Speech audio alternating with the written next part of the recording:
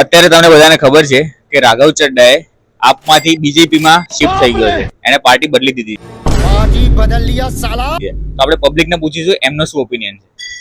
તમારે શું કહેવું છે? એને તે ગુંડો બનવાનો શોખ છે. मेरा ये मानना है कि बीजेपी एक गुंडों की पार्टी है, अनपढ़ गुंडों की पार्टी है, वो सिर्फ गुंडागर्दी करते हैं.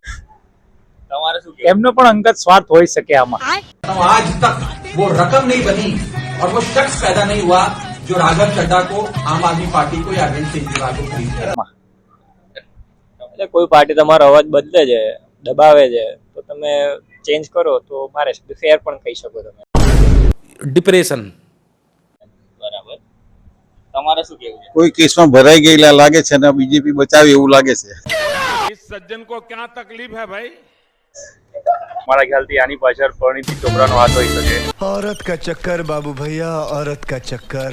મને એવું લાગે છે કે જો એ 15 વર્ષ સુધી આપનો નહીં થયો તો બીજેપી નો શું થશે? क्या सोच है रे तेरी, मानना पड़ेगा.